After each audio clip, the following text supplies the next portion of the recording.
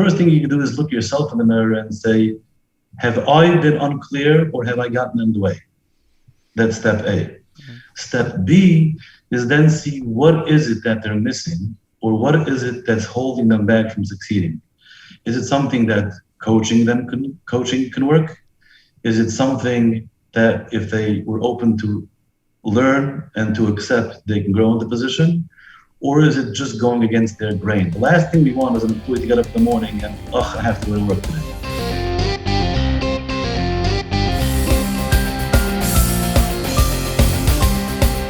Baruch Green, president of Lilac and Creme. Lilac and Creme, established in 2010, is an award-winning cheesecake company.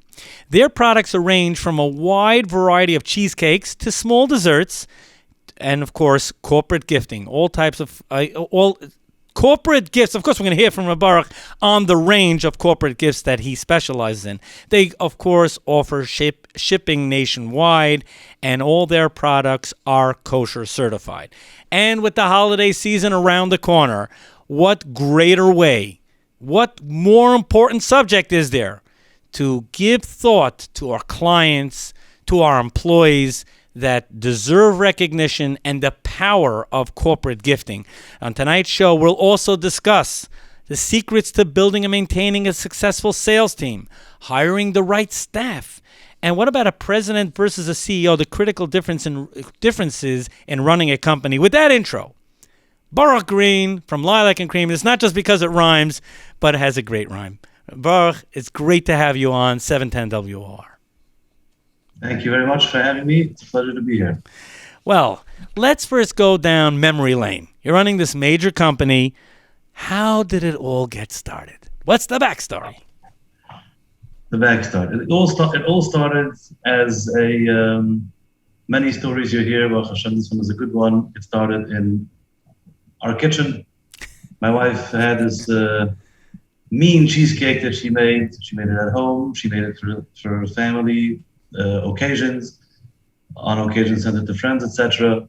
And it gained popularity to a point where she was asked, "Oh, we're making a party. We're having an event. Can you send us a cheesecake?" I, at the time, was actually in the business of real estate management. I was managing a portfolio of mixed-use commercial residential properties. We were doing some rehabs at the time. The last thing I was thinking is the food business at then. Okay. Unbeknownst to me, she had put an article in a weekly circular, a quarter-page ad, and she started actually, before we rebranded, it was called, for the first year, I think, in business, she called it Classique Cheese Creations, and there was an ad there with our phone number, and that was the first I knew that she was taking this professionally. Okay. It was on the dinner table, and I came home, I saw it there, and I said, "Congratulations, I wish you the best of luck." And, it was a little, I had that little wink, but I didn't think much of it. So that's really how it started. Very, very short. One thing led to the next. It gained popularity. We moved from our kitchen to a 1,200 square foot place. And in 2016, we took the leap and we moved out of there to a 12,000 square foot facility where we are now. Wow. Now, I touched on this at the beginning of the show, and with the holiday season around the corner, let's talk about corporate gifting. Let's even get granular. How do you package the product specifically for a corporate gift? That's a very good question. So what we try and do, what we focus on is and every member of our team, whether it's in sales or production or anything else, is trained to realize that Lilac and Creme is being trusted by our customers to convey messages to their recipients. So in corporate gifting specifically, it's important, whether it's an appreciation to an employee, whether it's an appreciation of value for a customer, that personal touch today more than ever is so important. So on the one hand, we focus on the user experience. We're making sure that the unpackaging of the package, the way it gets there, the way it's delivered, and every drop of it is extremely meaningful to the recipient. But what we also offer unique for corporate is the personalized messaging and branding that we do you mentioned granular, we'll go granular to the point where we can even we have put in the past, we put logos actually decorated the actual cheesecake. We recently added that option to our personalized, fully magnetic cheesecake box, where the sender can put their own logo on it, and it just says, with compliments of, or whatever little message you want there. But that then took that whole, our marketing, our branding, and we leverage that to our customer and letting them make this more personal. So it's not just that they got something from a recognized company, but they can brand it on their own. So it's a lot more of a personalized corporate gift. Now, on your Instagram channel, just we saw one, I think it was Allstate, that the... Yes. Yeah, just so that people have an idea of the impact. Oh, give a shout out, Ami Magazine, Jack and Pup. That's there on your Instagram, so people could see RCCS. Amazing. There should be a Chase there too. We've done that for Chase Bank. I didn't see that one yet. They're bringing it up on screen, but Chase Bank among your among the amazing A-level client list that Lilac and Creme services.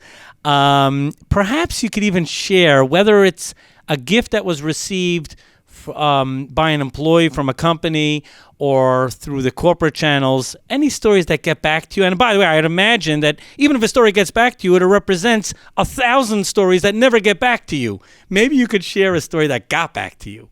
A story that got back to me, this was an employee that got legally married after I don't know how many years, and was sent by her workplace to celebrate. It was actually arrived on the day of the... So we actually got I don't have it prepared here, a blow-away testimonial. Wow. Of all the gifts that she had, how much she appreciated the personalized, and she went on listing why it was so important to her. A, the concept of the cheesecake, which was not something that she was expecting. B, the way with the branding and etc. She did, one of the lines there that struck me was that she had felt a new level of appreciation to her work, to her place of work, having seen the attention or the thought that they gave into this gift that they sent her. By the way, one of the points that you touched on, which is so valuable, I just want to hold on to it, is that it wasn't what she was expecting. Meaning, giving something like this, besides, we could, of course, get into the fact that it goes right into someone's, into their body, and there's nothing like food that makes that impression. But, if it's just what we call a tchotchke, okay, very nice, fine, you're kind of expecting it, great. But something like, whoa, cheesecake, you catch them off guard, and that makes an impact. Yes, I was... One of our main underlying foundations in the company, and we can get into this a little bit across the board and show you how this plays in, is that we have this little motto of think out of the box, in the box. So we want to push ourselves to our limits, so we can get into that if you want to talk about that line. But again, she wasn't expecting this, so she was expecting a gift. We're thinking in the box, we need to send her something, we need to impress her, we want to get that personal flavor in there, but we want to push it out of the box a little bit. So that's a big foundational in the business in general, and how we go about our sales, our marketing, and even our production, our R&D, etc. Now I want to ask a question that really is, it goes at the crux of running a company like you, a B2C, which is also B2B. You actually do both. Right. How do you roll out and even envision new products? What's your, and I hope I'm not putting you on the spot. I want to give away all the corporate secrets here, but no. Okay. We're happy to share. Thank you. We're happy to share. Yes. So an important piece of our marketing strategy is to keep customers engaged. And in keeping customers engaged, you always have to come up with something new. Right. You have your classics, and we can talk about that again. You want to stick to the old. You want to stick to your classics. But to be constantly engaging, you want to bring something fresh, something new that they haven't seen. We typically, every 6 months, we'll have at least 1 or 2 new items. They typically start off as seasonal items.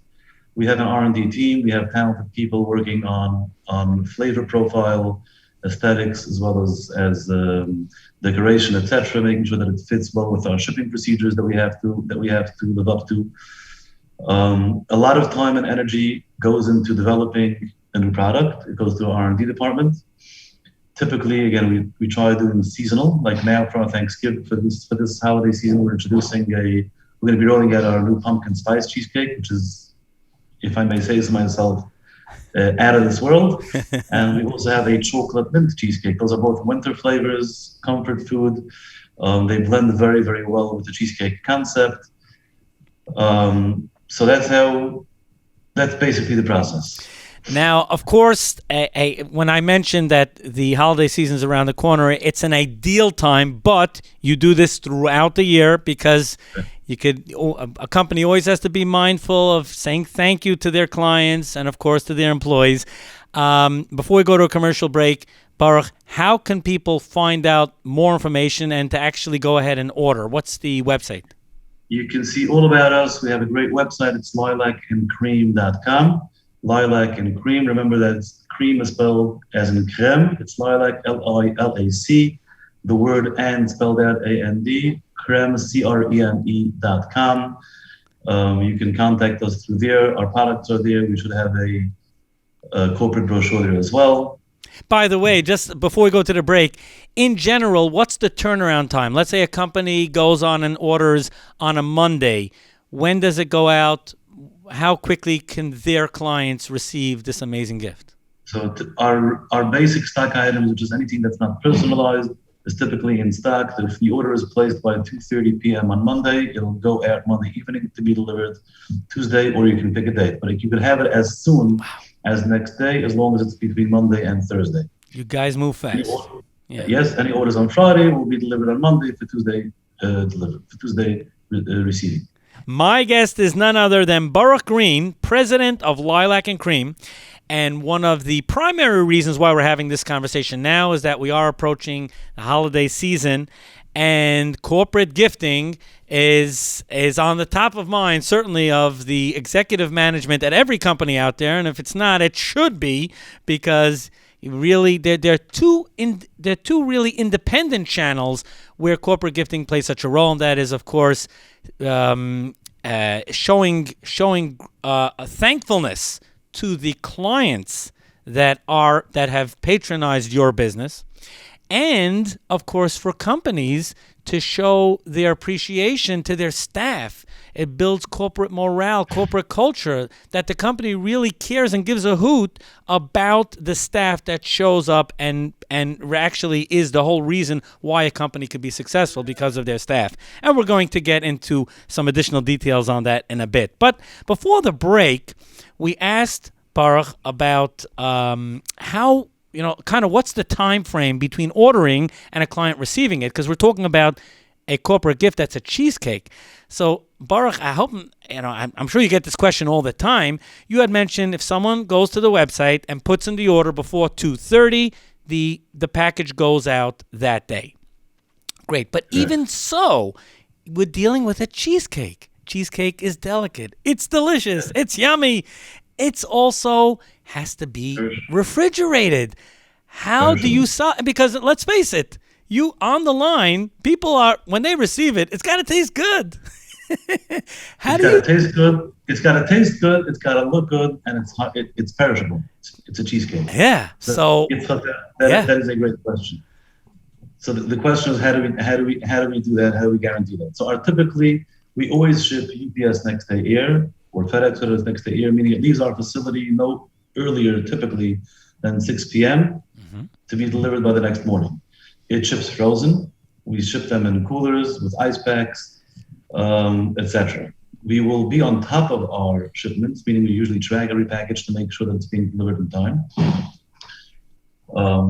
But there's something that we do, A, for customer service, and B, for recipient experience, that guarantees, again, to the best of our ability, that it gets there the way it should be and that the recipient is impressed. Interesting that you asked me this question, because we had something that just happened a few months ago. It was before the Jewish New Year, before Rosh Hashanah. Let's hear. We had a rather large corporate client. It was actually an organization, a world-known organization that was sending to their heavy donors, their top donor list, we designed something specifically for them. I'm sure people are familiar with Rosh Hashanah, the apple and the honey. Mm-hmm. So we actually had a Rosh Hashanah themed cheesecake that we made for them, which is something that we do for customers as well. Okay. It had shipped, I believe the day they wanted it shipped was on a Tuesday to get there on a Wednesday morning. If I remember correctly, I'm not sure the days of the week, but it was right when Tropical Storm Ida hit. Right. Not unbeknownst to us, and I think to anyone else, UPS that night sent out a message that they were grounding all their deliveries, and anything that was supposed to be delivered the next morning will only be delivered the following day. As soon as we got that information, to us that's a major ouch, because now we have cakes that are going to be sitting an extra 24 hours before they hit their desired location. Right. What we immediately did in being proactive, not reactive, was reach out to our customer, let them know that this is the situation. We're prepared to cut him a deal, a very, very good one if he wants, to reproduce the cakes and send them again with a note on our letterhead, letting the customers know that this is an unforeseen circumstance. We want to make sure that our customer who is sending that gets the recognition from their recipient that they want. He was very impressed. He liked the offer. He told me, I have 2 close friends on that list. Let me reach out to them and see what it looks like or what it's like before we actually go through this added expense. I believe it's by 10:15 the next morning, I had 2 emails from him with pictures of the cake that each one of his recipients sent him. One was actually in Florida and one was in the Midwest, where temperatures then were actually quite higher. Both of them sending pictures. One of them, the icing on top was a little bit mushed because of the extra times it wasn't completely solid, but they both reported that the cakes were either frozen or solidly cold still when they received it. Very, very happy, over the top. And this customer actually came back to me and told me afterwards that for many years he was sending out gifts. He never got as much and as great feedback as he did with this specific one.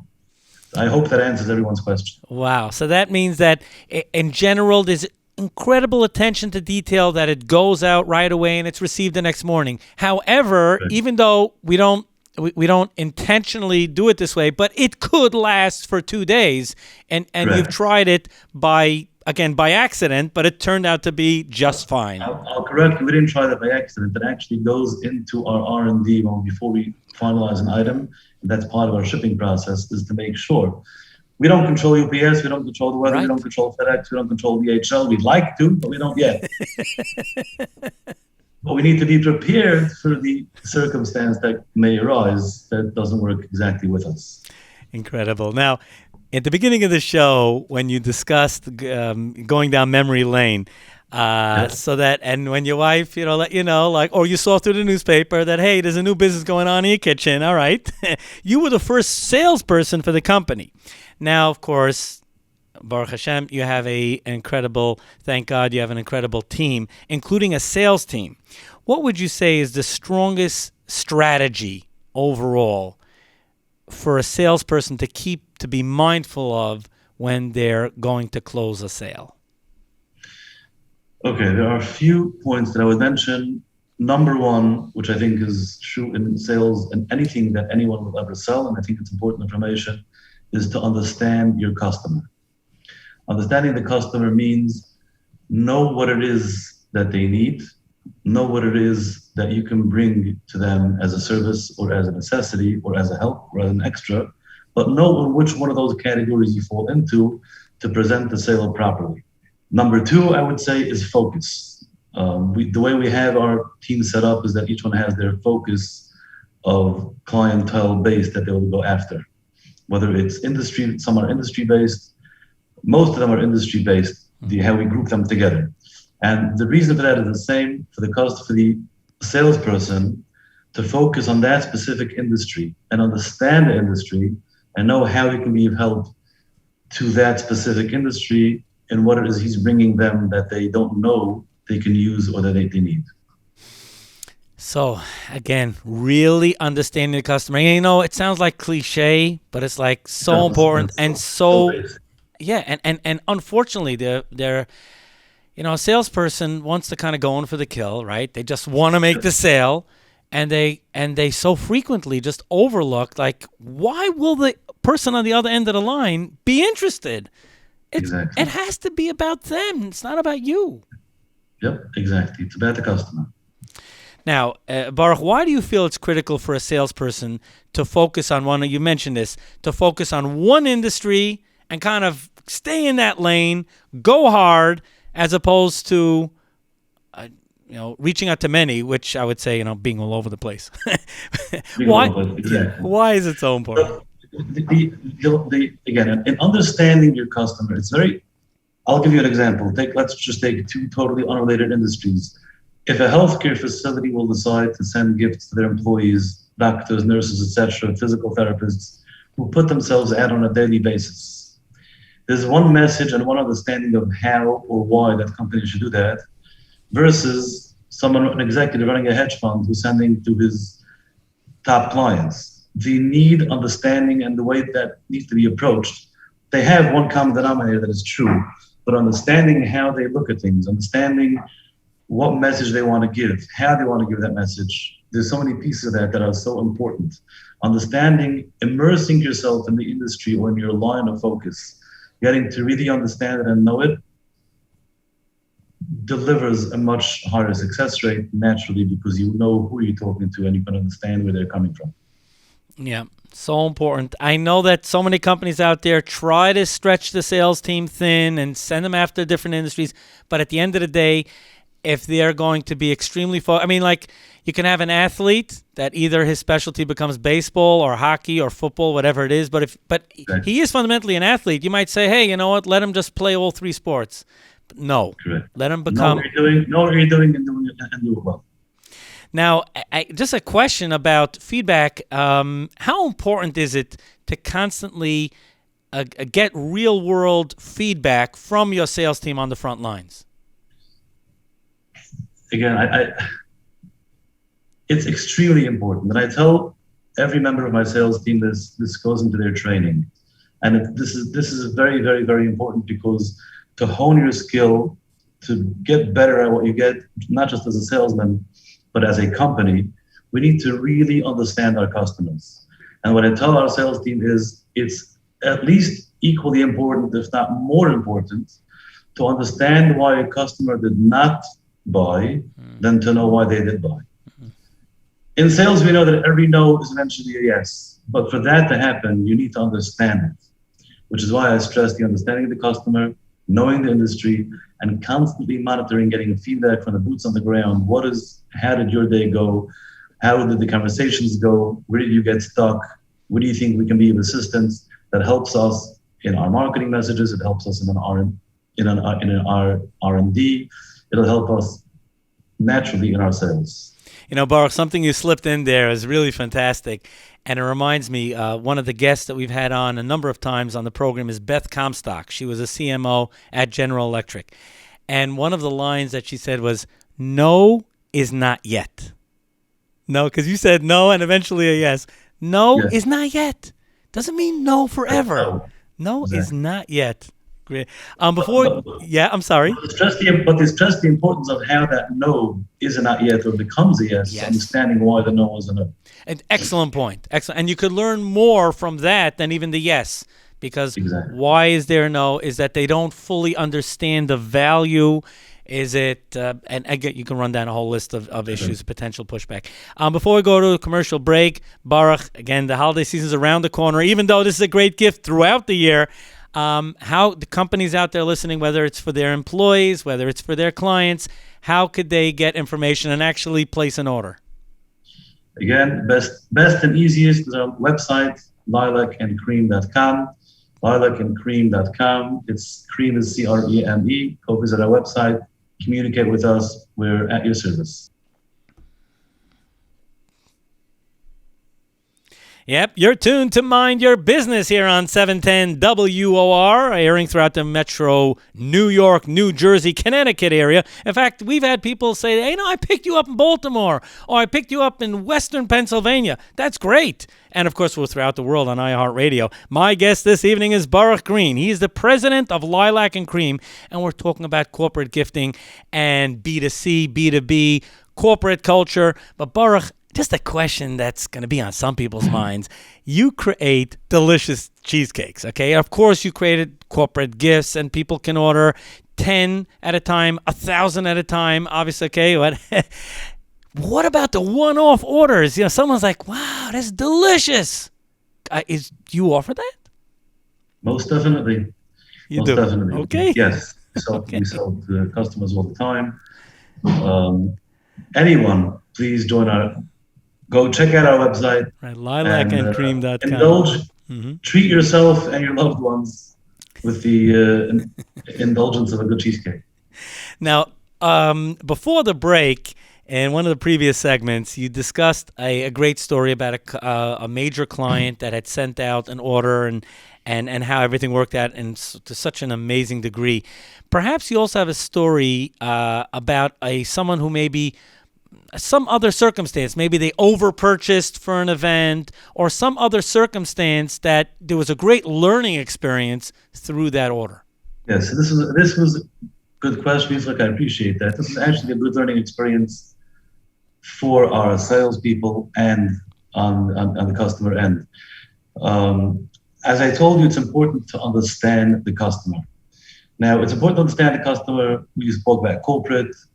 We have caterers, event planners, etc. And it's important to understand what event they're doing, how they're doing it. We want to work with them. So it's always important to understand who your customer is. To the point of over-purchasing, there was a customer that called and ordered. It was brought to my attention by one of the salespeople. That's what happened. It was going to a residence, and there was a huge amount of cake. I think it just sounded like a lot. Okay. And I was asked, I don't see every order. This one was brought to my attention. What's this about? So the question came, she says, yes, they're making an event in their house and they ordered this many cheesecakes. I said, I'd be very, very happy to sell them that much cake. But quite honestly, I don't think they need that much cake. I said, go back, find out how big of a crowd they're expecting, etc., and gear it to them. They went back and they explained to them how many people they're having. Cut a long story short, I think they ended up taking, only 20% of the order of what they had ordered. But the feedback we got from the customer was, wow, you actually cared about me, or I would have had all this extra cake that I didn't need.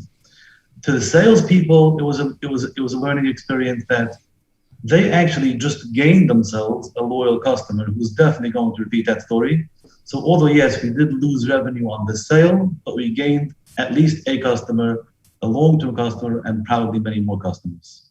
So again, making it about the customer is what it's all about. And that's why I said, wow, because it's so special. The average salesperson, company would say, hey, that's what the client ordered. Like, come on, go get him. You go get him. That's not my problem, But there's no question. You have a loyal customer for life, and someone who's going to definitely go out there and build great word of mouth for the company.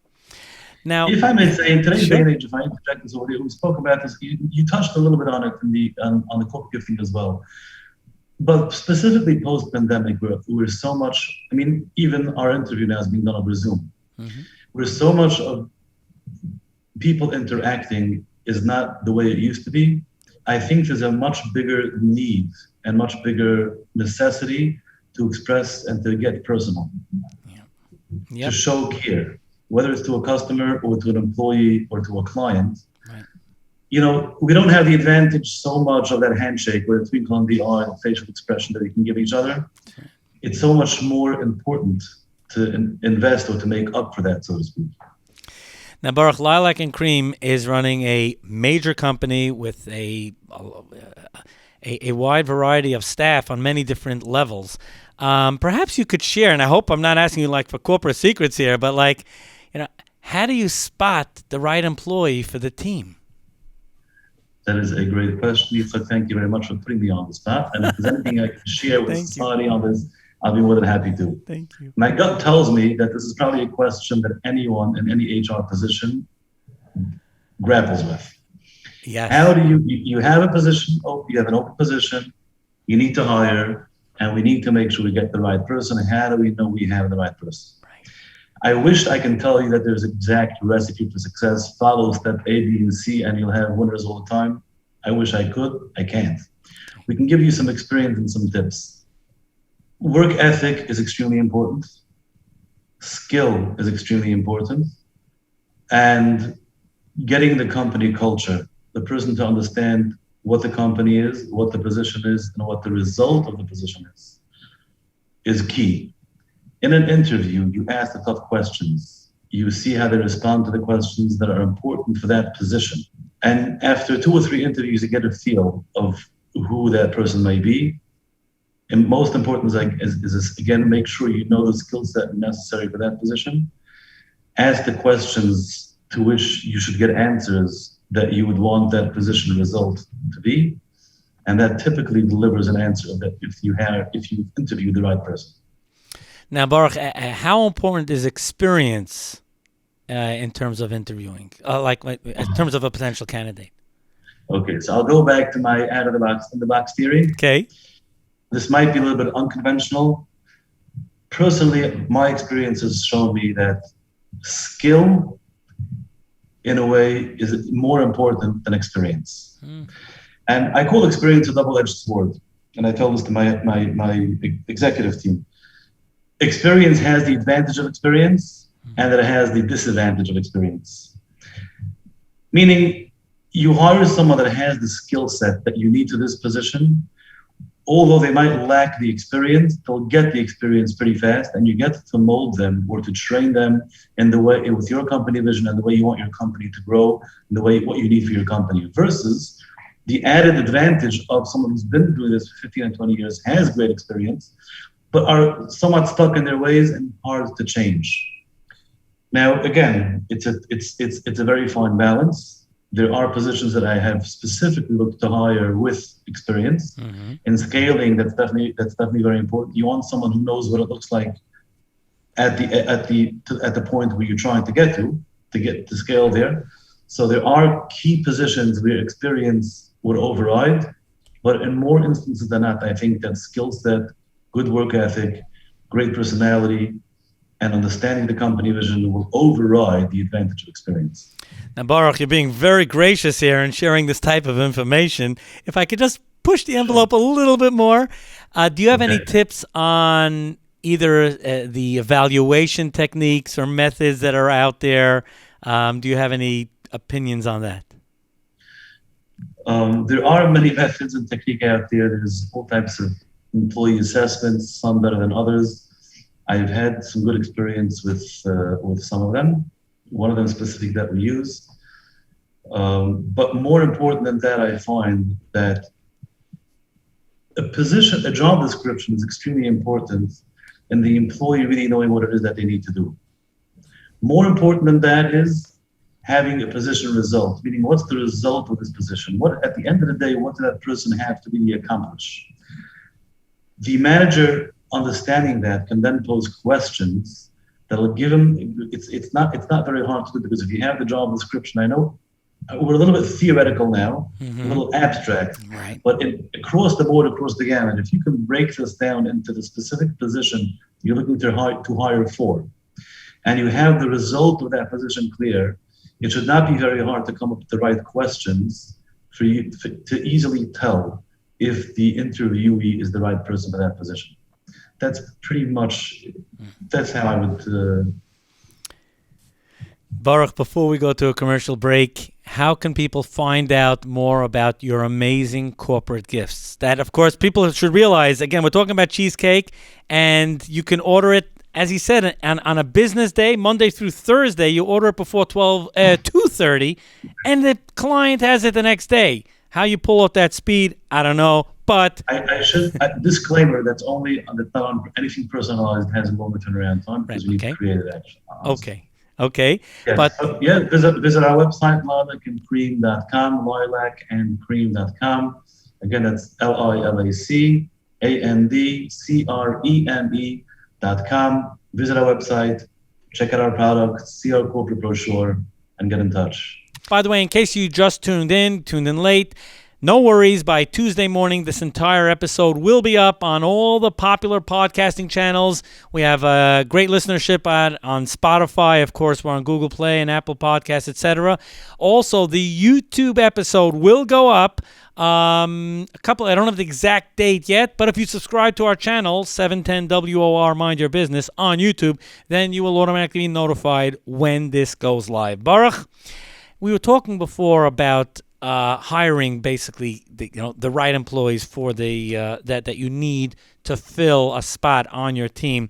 Question, it's a delicate one as well, and we appreciate that you're sharing such valuable advice from your real world experience. What happens if you hire an employee, everything on paper made sense, but I don't know, maybe it's 4 weeks in, maybe 8 weeks in, maybe a quarter of the calendar year in, and just doesn't fit right.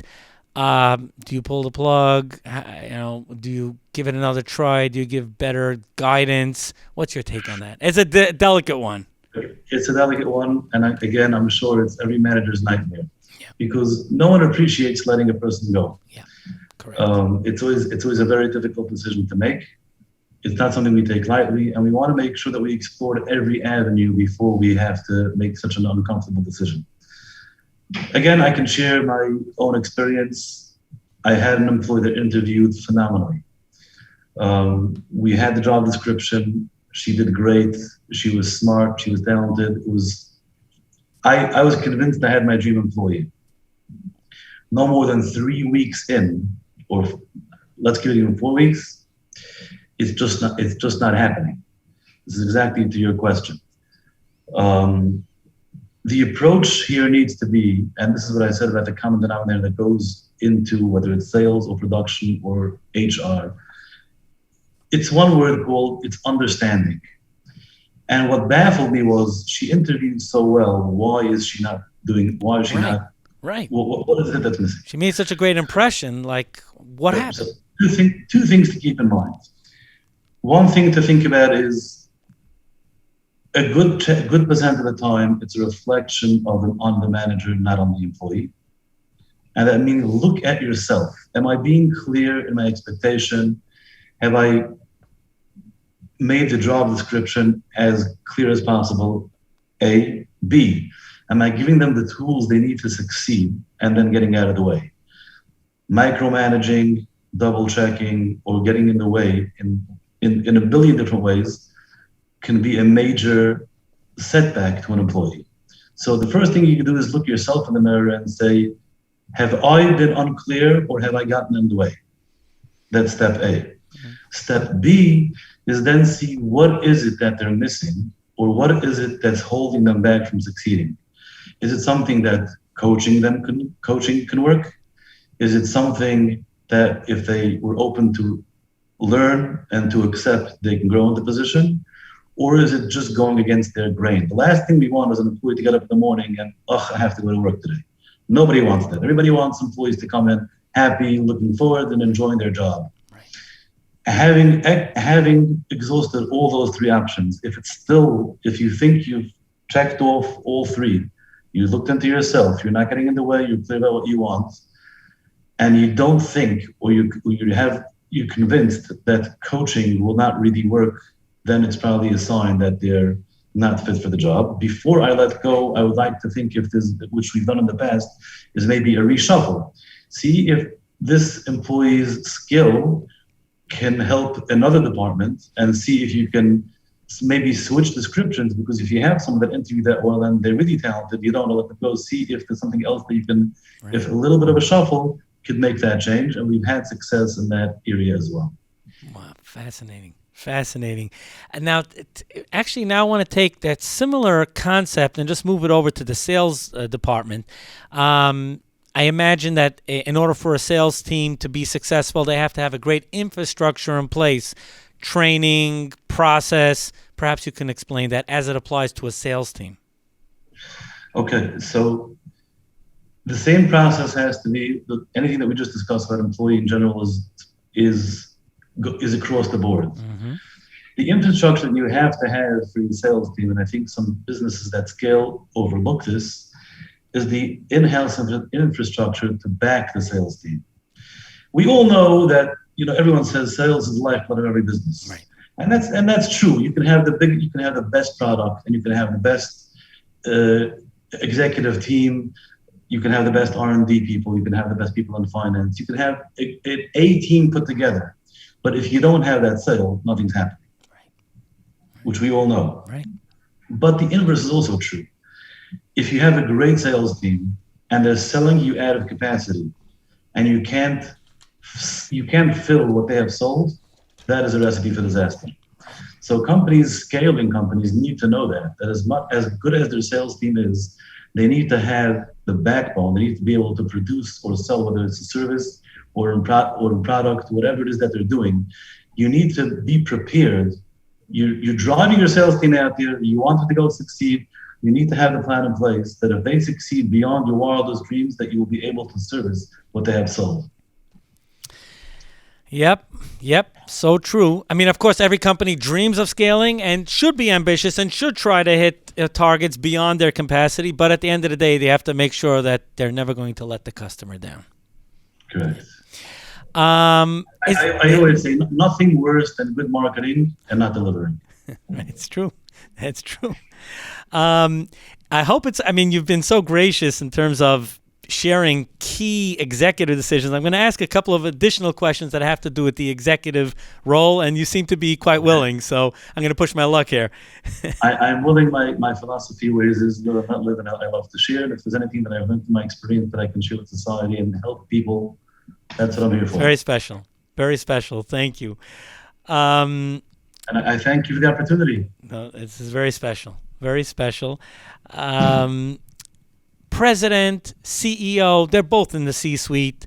Many times the founder themselves becomes that person. Sometimes they hire an individual to help it scale. Perhaps you could share, is there a difference in the title? Is there a difference in the capabilities needed for each independent role? Let's focus on president and CEO. Yeah, Yitzchok, I see you're taking the motto of at the box, in the box over here, pushing the limits a little bit, which is great. I'm happy. Thank you. I'll answer from my personal experience, and that is to address, I guess, the crux of your question is president versus CEO. I would venture to say I don't have a degree in English and grammar. My guess would be that the word executive the root word for that, or the meaning behind it is execute, to make happen. And in that sense, every single person, every single member of the team, whether it's the janitor cleaning the bathrooms, is an executive. They're executing their job. They're doing what they need to do for the company to grow. And look at the company, it's just like everyone said, we all know this. It's a whole bunch of gears turning. We need the big ones to turn the little ones to turn back, so that the big ones can turn. It's all the puzzle that has to fit in together. And in that sense, everyone is an executive. The chief executive's responsibility and role is to make sure that every one of those executives are executing the company plan and company vision to the best. Now, the chief executive is not, again, let's speak about this through my lens of food production. The chief executive is not going to go in there and bake. He's not going to go in there and decorate. He's not going to go in there and wash the dishes. He's not on the road selling. He's not doing bank reconciliations. He's not dealing with the marketing team, but it's his responsibility to make sure that each one of those executives is executing their plan. That is a chief executive. The way I see president is someone who sets the tone, who has the company vision. Let's talk about it in altitude. The president is at 100,000 feet.